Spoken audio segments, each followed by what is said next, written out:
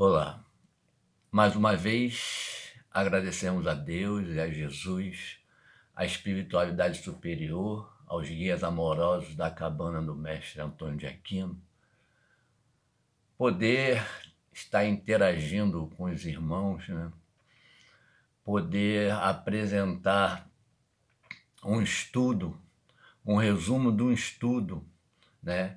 Que no dia de hoje é sobre o Livro dos Médiuns, capítulo 29, as perguntas 343 a 350, das reuniões e das sociedades espíritas, assuntos de estudos e rivalidade entre as sociedades, né? Então, ele vai conversar, num primeiro momento, sobre a evocação de espíritos evoluídos, né? Que são sumidades, né? No mundo espírita, esses espíritos superiores, esses espíritos evoluídos, eles estão acima da gente, e eles respondem por por diversos assuntos, né? Eles podem conversar com a gente sobre as mais diversas questões. E também sobre a possibilidade de evocar espíritos menos evoluídos. Eles falam sobre parentes e amigos que desencarnam, que são evocados para que a gente converse, né?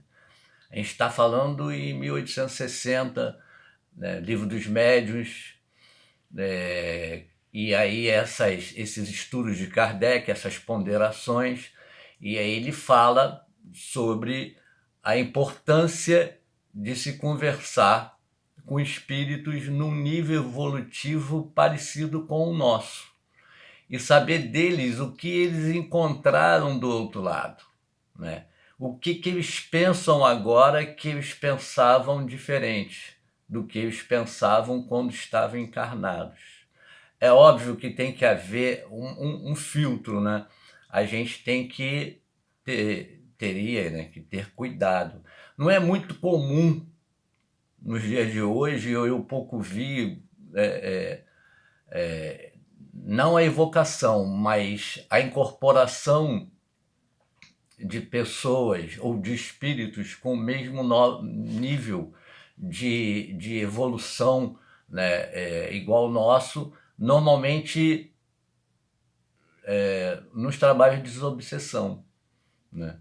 Quando esses espíritos se manifestam, quando eles falam o que eles acham, enfim. Mas Kardec, em 1860, estava falando sobre a importância também desses espíritos.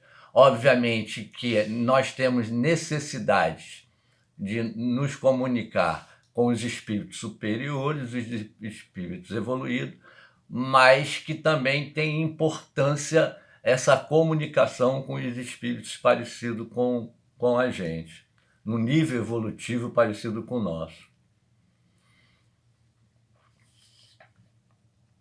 Ele fala aqui, tem uma passagem ali rápida que ele fala: pensam muitas pessoas ao demais que o livro dos espíritos esgotou a série das questões de moral e de filosofia. E é um erro, porque há uma necessidade constante de evolução e de conhecimento.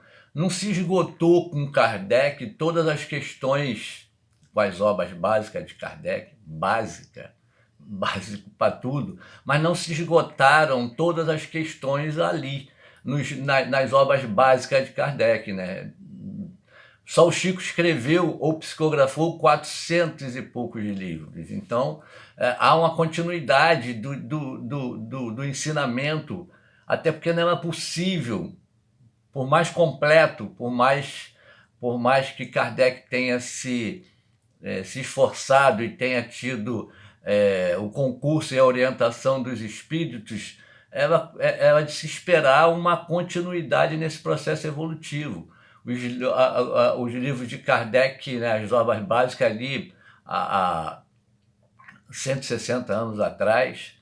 Então, nesses últimos 160 anos, o progresso que houve na sociedade, tudo que aconteceu, obviamente as comunicações, o conhecimento e a quantidade enorme de comunicações, de relação, de evocações que tiveram com diversos espíritos no mundo todo, né, fez com que o espiritismo também evoluísse. Ele fala sobre as comunicações espontâneas proporcionam uma infinidade de assuntos para estudos. Quem escolhe o assunto é o espírito, né? Em algumas situações pode ser chamado um determinado espírito, mas normalmente espera-se aquele que queira apresentar-se, quase sempre de maneira imprevista, sempre examinando com cuidado essas comunicações. Diz Kardec, há uma fonte que não se pode deter, né, de elementos sérios e instrutivos. E aqui eu lembrei mais uma vez das sessões de desobsessão, né, quando a gente tem a oportunidade de conversar com esses irmãos. Irmãos em situações muito difíceis e outros irmãos que vêm ajudar esses irmãos em dificuldade. Às vezes algum parente, mãe, pai, amigo, enfim. E a gente tem condições ou a oportunidade de conversar com esses irmãos. É óbvio que a gente tem que saber filtrar as informações. Em muitos casos, há a tentativa de nos enganar, né? Mas ainda bem que somos orientados pela espiritualidade superior e pelos guias da cabana do mestre Antônio de Aquino. Ele fala aqui também, né, como a gente está falando sobre das reuniões das sociedades espíritas, né, ele fala sobre o que deveria ser, na época, né, os trabalhos de cada sessão. Então é sugerido uma reunião de leitura das comunicações recebidas na sessão anterior, a comunicação recebida fora das sessões e o estudo do espiritismo de uma maneira geral.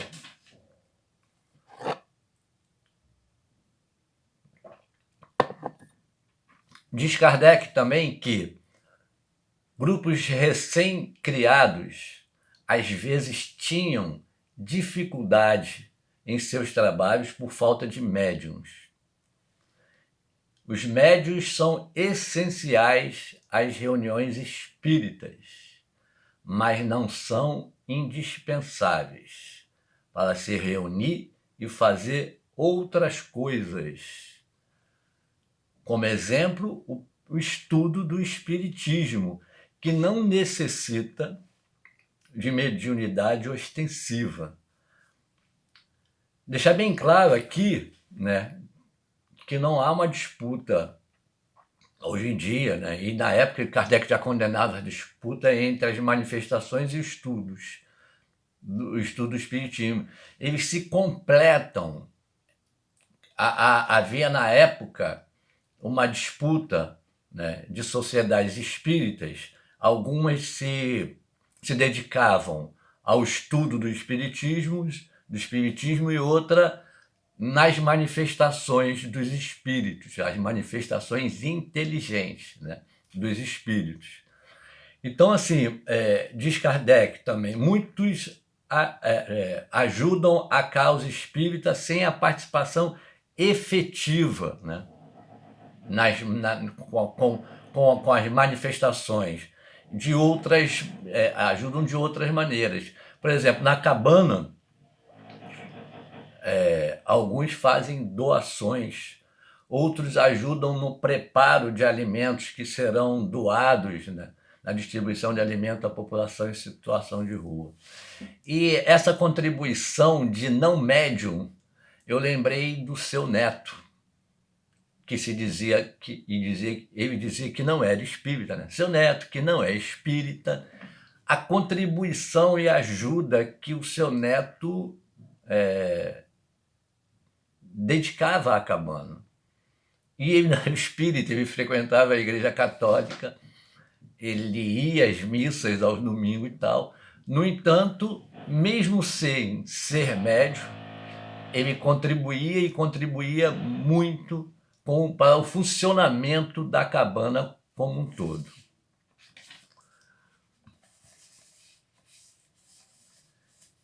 Um outro assunto desse item é a rivalidade entre sociedades, que eu tinha falado anteriormente, né?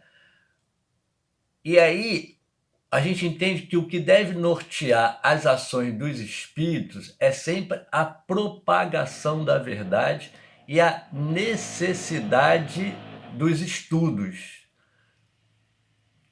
E nós espíritas, nós entendemos que não somos obrigados a tentar convencer ninguém a ser espírita, né?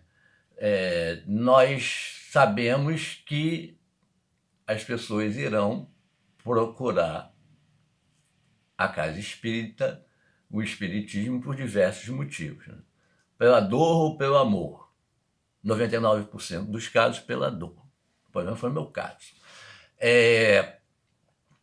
E ao procurar a casa espírita ou ao procurar alguém que milita no espiritismo, né, esse alguém vai, obviamente, escutar e tentar ajudar esse irmão que tá procurando, né? Vamos orientar, encaminhar uma casa espírita, no nosso caso, se puder, a cabana, para que ele, lá na cabana, receba as orientações todas necessárias, que possa vir a ajudá-lo nas suas dificuldades, nas suas limitações. Mas nós não temos a obrigação de tentar convencer ninguém a nada. Querer que alguém mude a sua religião para se tornar espírita ou qualquer coisa parecida. Diz o Espírito da Verdade em Paris, né, em 1860: Espíritas, amai-vos, eis o primeiro ensinamento. Instruí-vos, eis o segundo. Todas as verdades são encontradas no cristianismo. Os erros que nele criaram raízes são de origem humana. E eis que, além do túmulo em que acreditavas o nada, vozes vêm clamar-vos: irmãos, nada perece. Jesus Cristo é o vencedor do mal. Sedes os vencedores da impiedade. Espírito da Verdade, Paris, 1860.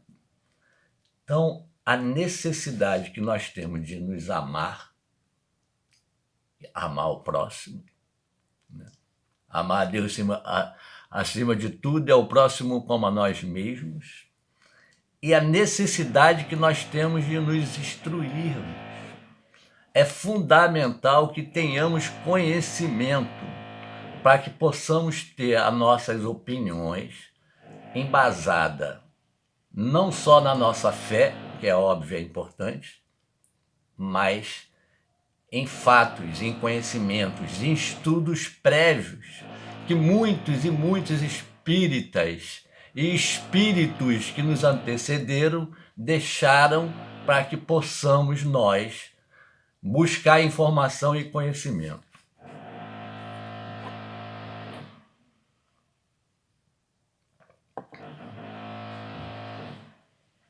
Então a gente vai falar de manifestações inteligentes e estudos das manifestações físicas.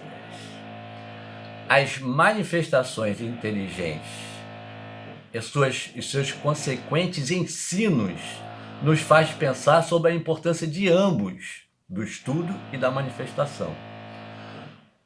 E aí, né, voltamos. No começo do Espiritismo, houve uma disputa sobre o que de verdade seria importante: a manifestação inteligente ou o estudo do Espiritismo. Atualmente, acredito eu, as casas espíritas sabem da importância de ambas. Já não se tem mais isso. Não tem, pelo menos eu não conheço que existe uma casa que só tem a manifestação física, a manifestação inteligente, ou uma casa que só se dedica ao estudo, né? Até porque ambas se completam, já falei isso, que elas se completam, uma precisa da outra. inclusive, no caso da cabana, né, os membros de grupos de estudo participam das sessões de manifestações e participam de grupos de estudos, né? Então, nós temos diversos grupos de estudos na cabana e nós temos essas pessoas, esses médiuns que participam desses grupos de estudo, também participam das sessões de obsessão, de desobsessão e de saúde, enfim. O que importa é a manifestação dos espíritos e o estudo sobre essas manifestações, elas melhorarem o nosso comportamento, melhorarem o comportamento das pessoas, que modifiquem as nossas relações com os nossos irmãos de caminhada, que sejamos mais benevolentes, pacientes, caridosos, que tenhamos mais empatia pelos outros, mais tolerâncias, que sejamos mais amorosos, menos vaidosos, orgulhosos e egoístas.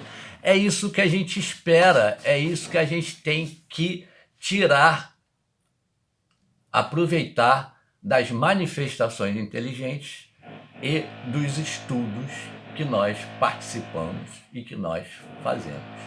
Era isso. Obrigado.